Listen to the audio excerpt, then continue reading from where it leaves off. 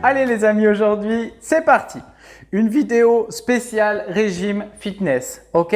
C'est-à-dire, on va se faire une brioche feuilletée. Pim, 2 trucs, tu le manges et tu bouges plus après. Ok, la brioche, 50% de beurre, 60% d'œuf, une belle pâte bien riche et tout comme on l'aime avec un petit tourrage. En plus, on rajoute du beurre. Allez, c'est parti.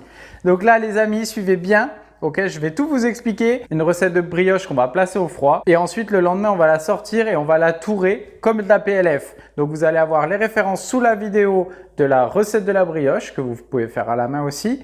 Et vous allez avoir les tourages. Donc là, on va partir sur 2 tours simples, efficaces. Et vous allez voir tous les secrets dans la vidéo. Allez les amis, c'est parti! Allez, donc on va s'attaquer à la brioche feuilletée aujourd'hui. Regardez, donc ça, c'est ma recette que vous retrouverez en lien. Dessous, c'est la brioche que j'ai faite à la main dans Brioche à la maison. J'ai pesé tous ces ingrédients. Là, je ne vais pas m'embêter, je fais tout au batteur. Donc, j'ai mis mes œufs, plus un tout petit peu d'eau parce que j'ai mis 115. Je vais mettre mes ingrédients, farine, sel, sucre, levure, etc. qui sont là. J'ai mis mon levain, mais si vous n'en avez pas, vous n'en mettez pas. Ensuite, en deuxième partie, je mettrai mon beurre. Je vous montre ça, mais vraiment en mode rapide, vitesse accélérée.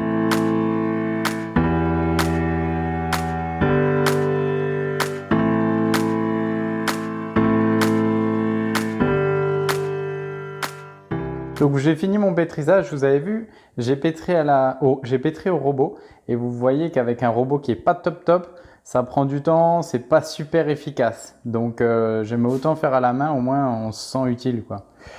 Là, à mon pointage température ambiante jour 1, 30 minutes. Dans 30 minutes, je fais un rabat et je place au froid. Alors là, ce que je fais au bout de 30 minutes, à température ambiante, j'enlève mon film, toujours bien couvrir. Je fais un rabat. Donc là, j'ai de la chance, j'ai un petit bac carré, donc ça va tout seul. Donc le but, c'est de faire une enveloppe, de tout remettre sur l'intérieur. Ça va lui donner de la force une fois que mon rabat est fait. Donc tout simple hein, pour l'instant.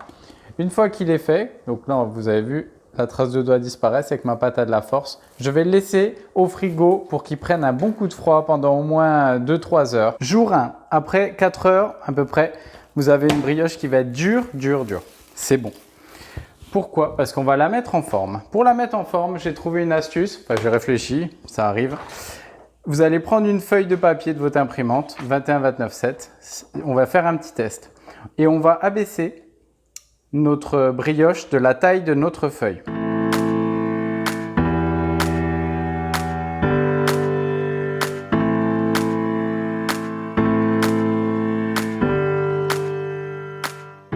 Ok, pourquoi? Ça, c'est une petite technique. Du moins, là, vous allez avoir une abaisse qui va être fine, qui va mesurer à peu près 3 mm, 3-4 mm, qui va être de forme rectangulaire. Je vais la placer sur une plaque au froid et je vais le tourer que de main. Et là, comme ça, au moment du tourage, on va taper notre beurre de la moitié de la feuille. Ok? Ça va être ma petite technique. Je laisse ma brioche encore au pointage. En pointage au froid toute la nuit à 4 degrés tranquillement au frigo et demain on va travailler un produit top qualité. Ce qu'il faut c'est bien filmer, voilà, pour surtout pas que ça croûte pendant la nuit et demain on attaque le tourage. Allez, à demain les amis. Allez, jour 2 on est parti pour le tourage, donc là ma pâte elle est dure comme du béton, c'est normal, c'est ce qu'il faut et là elle est prête à être tourée. J'ai divisé un bout de beurre, donc là j'ai du beurre de tourage. Concernant le beurre, là j'ai mis 150 g de beurre. J'utilise celui-là, c'est un beurre de tourage, 84% de matière grasse, beurre AOP Poitou-Charentes. Donc le mieux c'est le beurre de tourage parce qu'il a un point de fusion plus haut, je l'ai déjà expliqué dans la vidéo pour les croissants. Certains utilisent du beurre AOP Poitou-Charentes aussi du commerce qui n'est pas du tourage et il paraît que ça marche. Il faudrait que je fasse un test, je le ferai en arrivant au lycée. Ce que je vais faire, pourquoi je touche ma pâte? Parce que le but c'est que mon beurre ait la même consistance que ma pâte.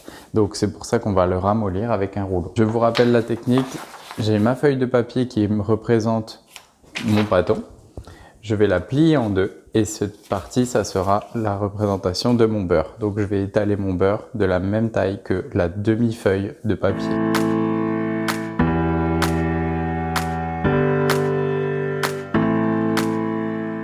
Vous écrasez au rouleau et vous aurez une fine couche de beurre. Et là, vous pouvez commencer votre tourage. Pour le tourage, vous avez votre beurre, on le place au milieu, on replie la gauche et la droite. Et si vous avez bien fait la technique de la feuille, et ben vous avez exactement la taille qu'il faut. Et ensuite, avec mon rouleau, je vais abaisser délicatement à 50 cm.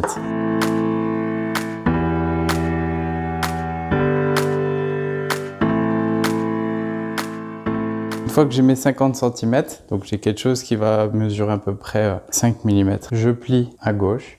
Je fais attention qu'il n'y ait pas de farine sur mon bâton. Je plie à droite et je fais un tour simple. On va partir sur 2 tours simples, tout simplement. Et une fois que c'est là, je viens souder un petit peu. Je peux travailler directement, mais le mieux c'est quand même de repasser au froid, 4 degrés environ pendant 20 minutes. Allez, après 30 minutes, je refais un tour. Je mets bien mon côté plat là et mon côté de soudure sur ma gauche et je repars dans la longueur 50 cm.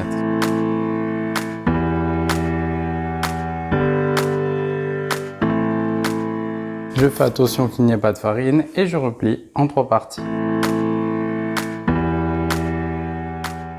Quand mes 2 tours simples sont faits, je laisse une bonne période de froid, ok, au moins 20 à 30 minutes à 4 degrés. Vous pouvez diminuer en le mettant au congèle, mais attention que le beurre ne prenne pas trop de froid. Allez les amis, on y va pour le façonnage. Donc là, je mets comme si j'allais faire un tour. Ok, je vais gagner en longueur, je vais aller à 60 cm parce que je vais travailler sur une brioche feuilletée grosse, une grosse brioche feuilletée, ok, qui va être torsadée comme on voit pas mal en photo et quelques petits nœuds. Je vous montre ça. On abaisse à 60 cm. Une fois que j'ai mon abaisse qui fait 60 cm, je vais en détailler une bande de 5 cm. Ok, et cette bande, je vais prendre mon moule. Et je vais la plier tout simplement.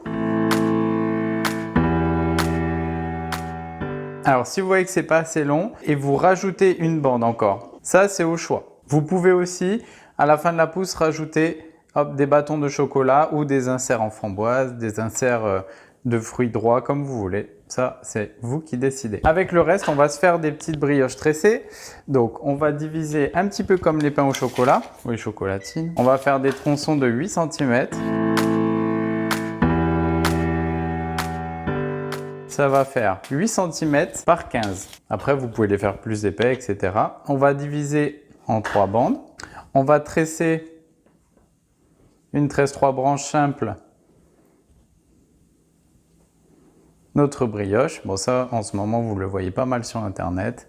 Là, je peux mettre un insert aussi, tout ce qu'on veut, quelque chose de congelé. Par exemple, vous faites une boule de Nutella, une boule de spéculoos que vous mettez bien au congèle et ensuite, vous la placez dedans. Hop, vous enroulez et vous avez un petit nœud brioché. Ok ?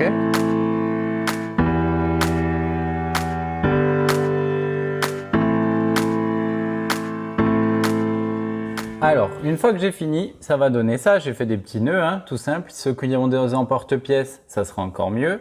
Mais là, voilà. Donc moi, je les dors qu'une seule fois avant l'enfournement.